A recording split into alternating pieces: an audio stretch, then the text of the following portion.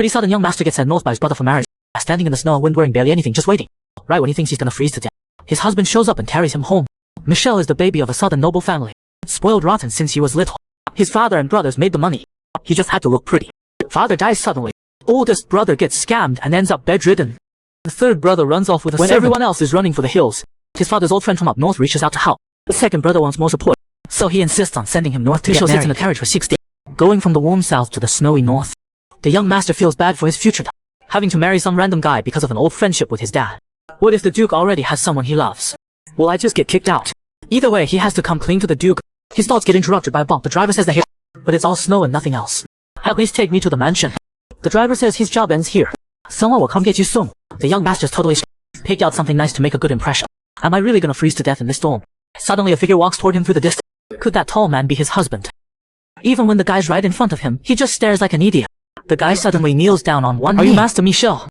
The young master's confused. Isn't he the Duke? The guy says, I'm a servant who works for the Duke. Been waiting here for you along. A loud sneeze bursts out uncontrollably. The guy takes off his hat and puts it on the young master. Wearing so little and your shoes are soaked. This won't do. Please get on my back. The young master says, I'm a man, how can I? But if we wait any longer, you'll turn into an ice sculpture. He even takes off his own cloak and wraps it around the young master. The young master shyly asks, am I not? The guy says, not at all. But your luggage is a problem. Looks like we'll have to leave. The young master's torn. The flowers will die, but they're a gift for his husband. Now the suitcase has memories of a home he might never see again. The young master grits his teeth. Then let's take the flowers. The servant pauses, then smiles mysteriously. The young master gets carried home by his husband just like that. The pretty southern young master gets sent north for marriage. His husband is tall and handsome and carries him home personally. But the young master doesn't know that's his husband. The guy takes him to a small house. The young master's a little. The Duke is supposed to be a big shot up north. This place is old and tiny with only one. I can understand not being happy with this man. But he can't help asking, is it because my family fell apart that you're treating me like this? The guy explains, you got it wrong, sir. Saying excuse me as he picks him up, gently placing the young master in a chair. Then kneeling down to take off his shoes. The master has been really busy lately, you know that. He planned to spend time here with you before the wedding, to personally teach you northern customs and ways of life. But work came up and he had to leave. He was so disappointed when he left. He specifically chose me because I look like him, to stay by your side this month until the master returns. I promise to make you a complete northerner. All today's sadness will turn to joy in a month. Little does the young master know while he's sleeping. His husband sneaks him. The young master wakes up annoyed. Why'd you leave me here alone?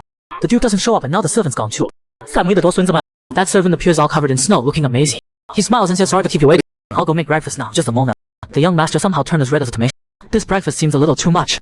Nothing but meat, no fruit, no pastries. The servant's one question, is this not too tasty? Totally startles the young master.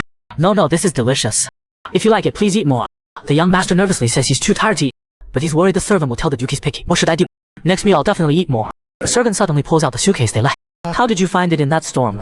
After all, it's your belongings. If the master were here, he'd probably send all the servants to search. The young master pulls out a box of fancy pastry. Very southern, very delicate. Have some to whet your appetite. The young master freaks out. No way, this is a gift for the Duke. Next second the servant just reaches out, casually picks up a pastry, and starts enjoying it. The young master shouts, what are you doing? The servant smacks his lips and says so slow. The house fills with a deafening yell. What the heck are you doing? The pretty southern young master gets sent north by his brother. Hasn't seen the legendary Duke husband, but got carried home by the servant husband. This servant is kind of handsome and kind of weird. He'll teach him manners in place of the master. Even dares to eat pastries meant for the Duke. The young master's furious, you got some nerve. The servant says the master won't be back for a month. I'm tasting it for him. But it's not right for the master, he doesn't like sweets. The young master's a bit bummed. Down south everyone loves sweet stuff. The servant says he'll be happy you gave it, but he won't eat it. Why don't you eat it yourself to keep your strength up? The young master's drooling, but it's a gift. The servant says this is our little secret. My lips are sealed, no one will know. So the young master reluctantly agrees, this is all for you. Not because I want to eat it. Crispy and sweet, tastes like home. The servant watches fondly. Tomorrow when the snow stops I need to go down to the village. The young master asks, how do you know it'll stop? The servant says naturally because I'm from the north. The young master thinks for a moment, do I need to learn that? He looks at the fresh flowers by the bed and suddenly feels down. When you go out, throw the flowers away from me. The servant's really surprised. When you chose the flowers over the luggage, why throw them out now? Your southern wedding custom requires 3 gifts for the bride before the wedding, right? First something new. Second something old you've used. Third something blue. Aren't these flowers the new thing? The young master shouts, how do you know that? The pretty southern young master gets sent north by his brother. Hasn't seen the legendary Duke, but got carried home by the servant. This servant is kind of handsome and kind of weird. Says he'll teach him manners in place of the master. Servant says the master knows way more about the south than you. These flowers aren't like those fancy pastries.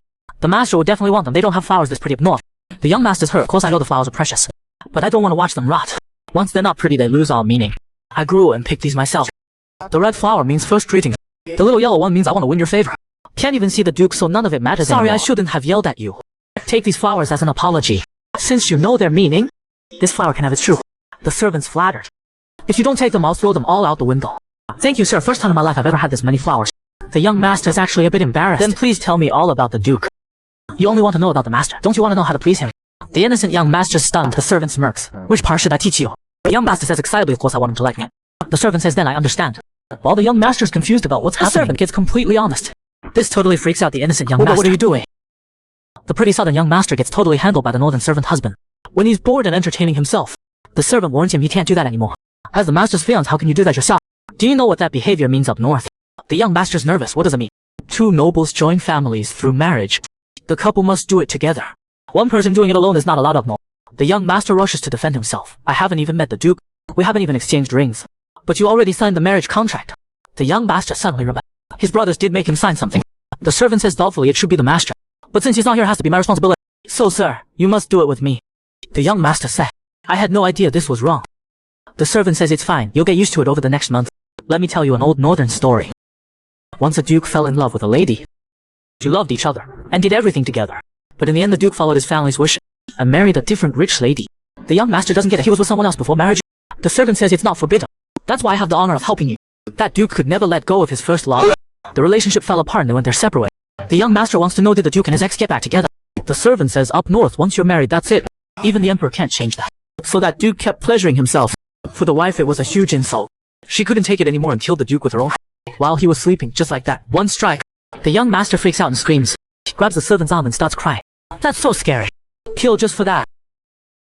The servant says, seriously, I don't know about the south. It absolutely cannot be tolerated. The young master's totally fool. I wasn't thinking about anyone else. Well, actually, it's your fault. If you hadn't left me here alone. The servant holds back. I won't tell the master about it. Oh, the young master says sheepishly, from now on I'll ask you about everything. The servant's smug.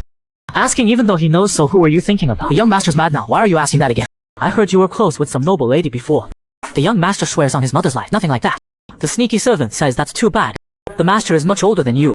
He's always worried you're giving up too much. The young master gets fooled again. Stammering, I was thinking about you. You're my teacher. Of course I could only think of you. That's not too bad, is it? The pretty southern young master gets sent north by his brother. From a poor thing shivering in the cold to a warm and cozy cute little baby. The young master really likes the gift the servant as his personal teacher. The young master's completely focused on this handsome servant. But his true feelings, the servant pretends not to see. Only says, wear this when you meet the duke. The servant makes the young master read northern stories every day. But the young master doesn't like them at all. Why is it all bad stuff? The servant says maybe it'll be different if you read to the end. Or they find spiritual salvation through prayer. Most northern novels are like that. The young master says then I'll just read the ending from now on. More than half the year up north is winter. And winter nights are extra long. Besides sleeping, there's just these boring books. The young master says he wants some short books about northern culture.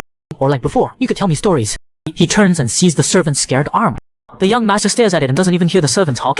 After snapping out of it, he says embarrassed any book is fun. The servant looks for both, saying, sir, is it disappointing living here? Actually up north before marriage couples always do this trial. Living alone together, sometimes over 6 months. The young master's really confused. Down south this would be a scandal.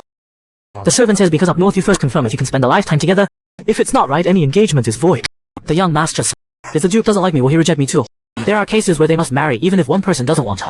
That's if they have a child. The north doesn't allow children born out of wedlock. The master glances at the servant, then says carefully, if the duke has a child with someone else after marriage, I wouldn't mind. His child would be my child. The southern young master gets sent north by his brother. Hasn't even seen his fiancé, the duke, but already likes the tall servant. A servant takes really good care of him, buys him pretty clothes, acts as his life coach, teaches him how to win the duke's heart. Too bad no, the love stories are all trash. The young master wants to write a romantic poem himself. Thinks forever but doesn't know how to start. Hasn't even seen the duke. Has no idea what to write. The servant said up north if you have a child you must marry. So should he propose to the servant? Suddenly he's inspired, but why is it all about the servant? The young master can only count himself. It's all because it's just him and the servant.